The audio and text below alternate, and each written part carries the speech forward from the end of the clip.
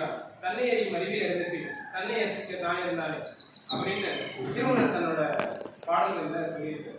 அதாவது தன்னை அறியும் அறிவு, அதாவது செல்ஃப் இன்னர் அப்படிங்கிறத தெரிஞ்சுக்க ஒருத்தன் பழகலை அப்படின்னா அவன் தன்னோட வாழ்க்கையில பெரும் கொடுமைகளை அனுபவிப்பான் அப்படிங்கிறதான் அந்த பாடலோட முக்கியமான கருத்து.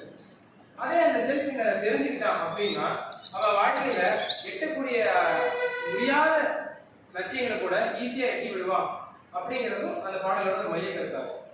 அப்படிப்பட்ட நம்ம ஒரு செல்ஃப் இன்னர் ஆகட்டும், இல்ல நமக்குள்ள இருக்க ஒரு எபிலிட்டி ஆகட்டும், அதை ஈஸியா வெளியே எடுத்து கொண்டு வந்து நம்மளை ஒரு முன்னேற்றத்துக்கு கொண்டு போற ஒரு கருவியா தான் நான் ஜேசியை வந்து நம்புறேன். ஏன்னா சிம்பிளா ஃபர்ஸ்ட் எடுத்தோடனே எனக்கு ஜேசியை எஃபெக்டிவ் பப்ளிக் ஸ்பீக்கிங் அப்படிங்கிற ஒரு விஷயத்துல தான் எனக்கு தெரியும். அங்க போன உடனே அவங்க முதல்ல அடிச்சு உடைச்சது அந்த கம்ஃபர்ட் ஜோனுங்கிற ஒரு விஷயத்த தான். கம்ஃபர்ட் ஜோன் இதுக்குள்ளேயே இருந்தீங்கன்னா நீங்க குடிசட்டிக்குள்ளேயே குதிரை ஓட்ட வேண்டியதுதான் அப்படிங்கிறத சொல்லி தான் ஆரம்பிச்சாங்க.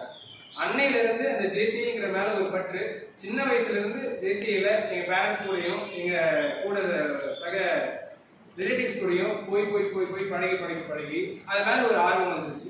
ஏன் அந்த கம்ஃபர்ட் ஜோனை உடைச்சு நாமளும் ஏன் இவங்க மாதிரி இருக்கக்கூடாது அப்படின்னு பல பேர் பேசுறத பார்த்து இன்ஸ்பயர் ஆகி இப்ப அந்த இடத்துக்கு என்னால முடிஞ்ச வரைக்கும் என்ன எட்ட முடியுமோ அதை நான் இங்க வந்து எட்டியிருக்கேன் அப்படிங்கிறத நம்புறேன். நான் இப்போதைக்கு நான் வந்து ஜோன் ட்ரைனிங் கம்ப்ளீட் பண்ணி ப்ரொஃபஷனல் ஜோன் ட்ரைனர் அந்த ஒரு டிராவல்ல இருக்கேன்.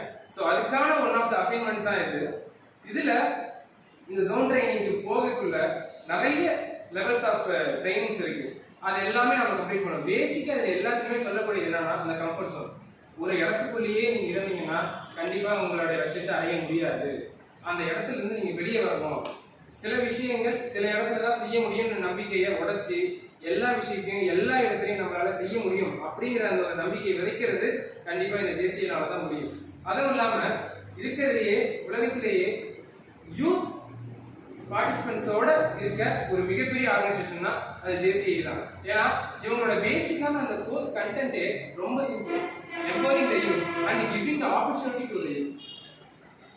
சின்ன வயசுல இருக்க மக்களுக்கு அவங்கள வந்து மேம்படுத்துறதும் பின்ன அவங்களுக்கு ஆப்பர்ச்சுனிட்டிஸ் கொடுக்குறதுனா இந்த ஆர்கனைசேஷனோட முக்கியமான மைய கருத்தாக இருக்கு.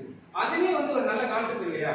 ஏன்னா சின்ன பசங்க 18 வயசுல இருந்து 40 வயசுக்குள்ள இருக்கிற மாணவர்களை தான் இவங்க வந்து அவங்களோட பார்ட்டிசிபென்ட்ஸா எடுத்துக்கிறாங்க, அவங்களுடைய நபர்களா எடுத்துக்கிறாங்க.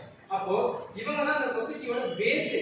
அந்த பேஸை நம்ம ஸ்ட்ராங் பண்ணிட்டோம்னா ஆட்டோமேட்டிக்கா அந்த வருங்கால சொசைட்டிங்கிறது ரொம்ப சூப்பரா இருக்கும் அப்படிங்கிறதா இவங்களோட ஒரு கோர் கண்டென்ட் அண்ட் ஒரு பேசிக்கான கான்செப்ட். எனவே இந்த ஒரு கான்செப்ட் மேல இருக்கு